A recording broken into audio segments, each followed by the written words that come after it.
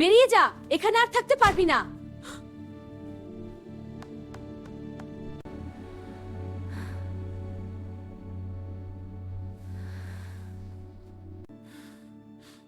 এই বিড়ালটা আবার এখানেই পড়ে আছে, সর, কাজ করতে দিতে হবে।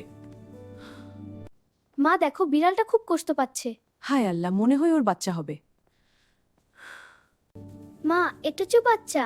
সুবহান আল্লাহ, আল্লাহ ওদের আমাদের সামনে পাঠিয়েছেন। মা, আমি ওদের জন্য খাবার দিলাম। দয়া করলে আল্লাহ খুশি হন। মাশাআল্লাহ, কি সুন্দর বাচ্চাগুলা। আল্লাহ ওদের হেফাজত করুন।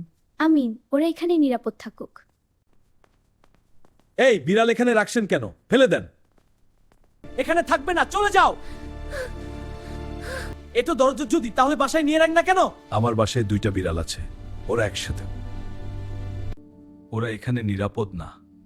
বাবা, ওরা সবাই শান্ত আছে।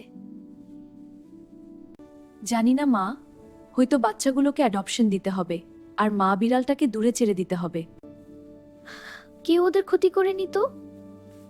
আলহামদুলিল্লাহ, ওরা সবাই ভালো আছে। দেখো দেখো, ছোট ছোট বাহিনী। কেন বিড়াল রাখেন এখানে?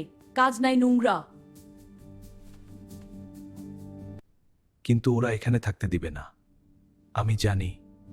ইয়া আল্লাহ, আমাদের সঠিক কাজে অটল রাখুন। আল্লাহ, বিড়ালগুলার রক্ষা করুন।